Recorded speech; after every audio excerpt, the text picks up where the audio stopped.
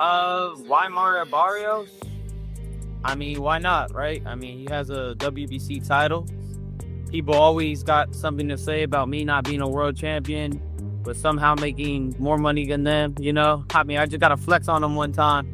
But, so I'm here just to, settle that noise a little bit and just really show everybody that when I'm at my, best, that I could really do damage to anybody at 147. So I want to go into the fight, I want to test his heart. I want to test, how bad, he really wants to be in there. Because, you're right, me, Devin, even Rollies, we all have very different styles.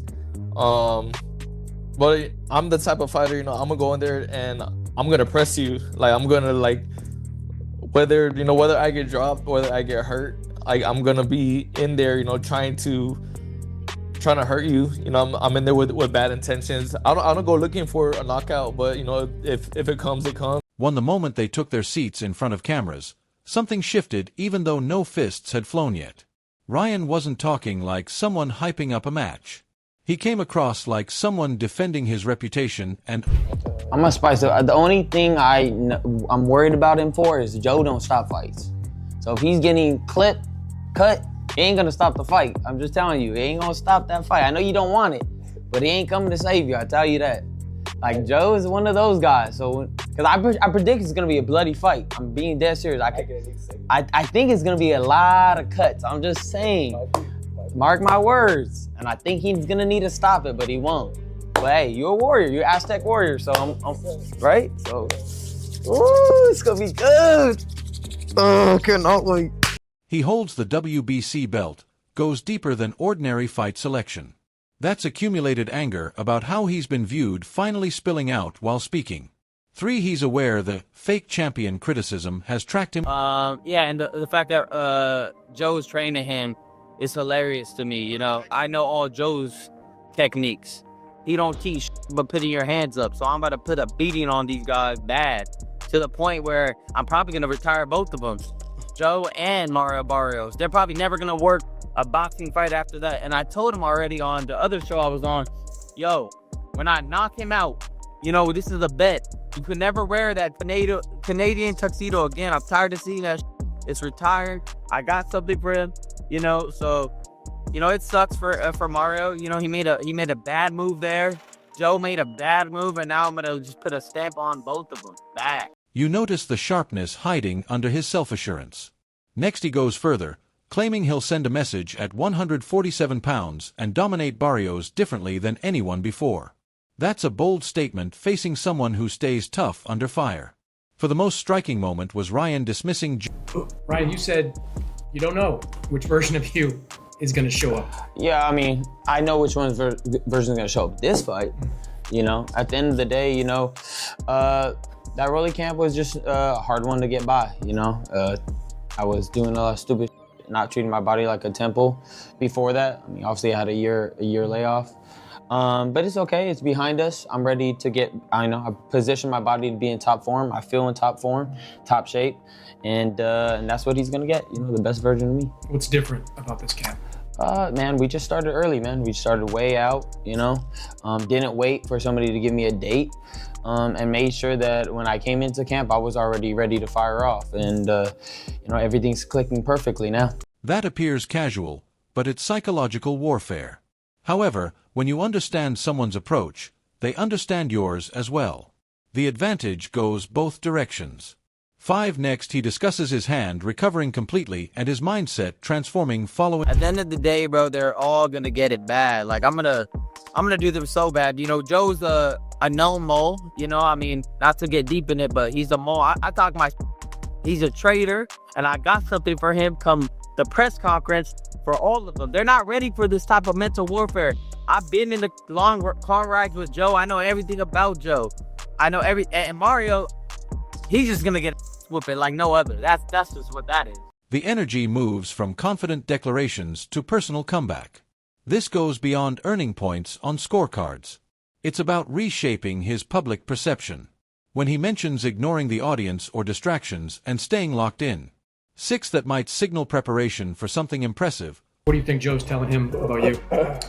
I mean, same thing as everybody says, you know, left hand, make sure that's up, you gotta protect it, blah, blah, blah. Like, that's what I would imagine he's saying. And gotta take that away. It's probably, you know, other little things like that. You know, they drill a lot of just keeping the hands up all day long. So it's like here, here, here, here, here. But, you know, this freestyle type of boxing, you know, with technique is gonna overwhelm this man. That's either the calm before a statement performance or the calm of a man trying to convince himself as much as everyone else. Either way, that interview didn't feel promotional. It felt personal. And although Ryan delivers intensity and self-belief, Mario Barrios enters composed, like someone already anticipating the chaos ahead. 7 Sean directly questions him about who poses more threat, an aging Pacquiao or Ryan. Mario avoids. I know, everything that Ryan has been saying, he's saying, he's focused, his team is saying that he's the sharpest he's ever looked, all this stuff. And all I can really say is, I hope so, man. Like, I can only hope, I step in there on fight night and I get the best version of Ryan, because that's going to bring the best version out of me. And then, that's only going to, that's only going to benefit, the sport of boxing. I'm looking, to have a sensational performance. I want to have a very, I want to make a statement, with this fight. I haven't had, the type of victory, defending my title yet, and that's really, what I'm looking, to get, out of this fight. He responds it's about which Ryan arrives that night. That's truthful. He's getting ready for the elite version, not the inconsistent one. That's experienced wisdom. He even mentions wanting to encounter Ryan at his sharpest. That's understated self-assurance. But things heat up when he brings up the social media personality. It's not aggressive criticism, just measured skepticism. He's acknowledging Ryan boxes legitimately. But projects an online-first energy that doesn't resonate with him. Like, Ryan is a legitimate fighter. Like a legitimate boxer, but he definitely has like that influencer, like streamer, like persona, and like that's really the only thing that I don't fuck with. And it's not that like I don't like him. It's just everything they do, or the way that they move is like they move it in a way that, like, if they know there's always like a camera on them, or there's always like trying to do something for like clicks or likes.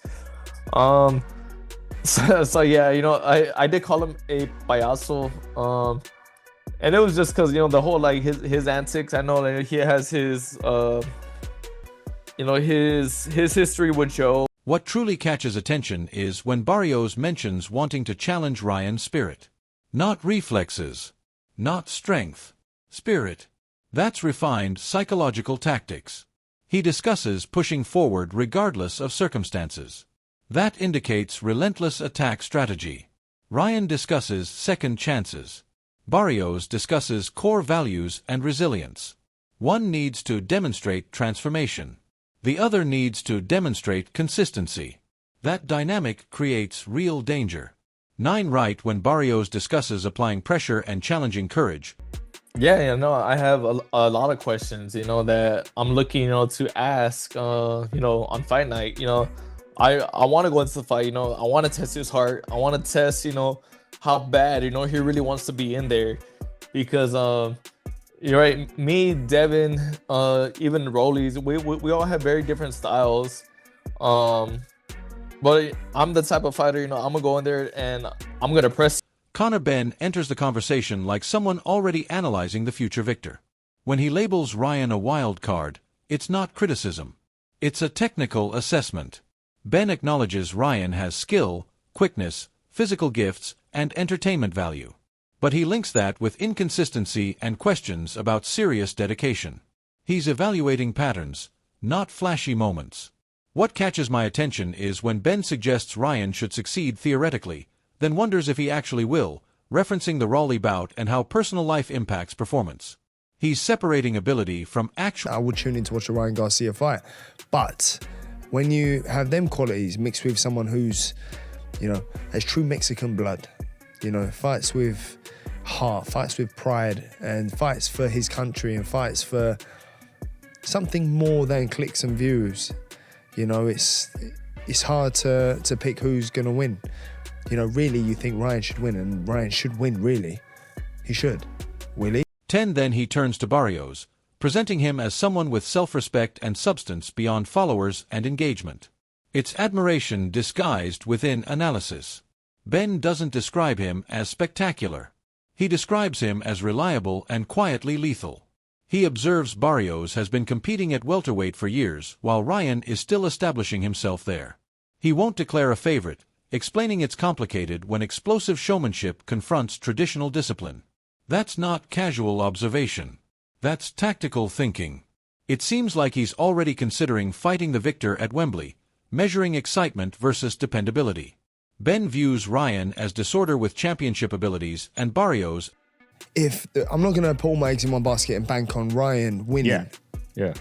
Or I'll even wait until then. Yeah. You know, we could do the Rolly Romero fight in May at the O2 in London. And then the winner of Garcia Barrios, you know, in June, July for a unification. You know, so or we just go to Rolly and then, fight the winner. He's not simply observing. He's preparing strategically. 11 Following the wildcard discussion, attention turns to training staff and what's developing in preparation camps. Ryan, going back to his father, Henry Garcia, appears less sentimental and more calculated or questionable based on your perspective. When Paulie mentions father-son partnerships can benefit or damage, it rings true. With Ryan, skill was never questioned. Discipline is. Chris Algieri highlighting Ryan's dominant personality isn't accidental. It's crucial. Can Henry maintain focus, or is he just familiar comfort? Then they reference. You have a star, an athlete that can work with most of the trainers that have been around you, great trainers, but you just can't work with them. Then you come back to your dad, who hasn't been around training you for a few years already. I think this is just a situation where let's keep it up in the house. Let's do it our way. Let's go see what happens and make as much out of it. That's a concern stated diplomatically.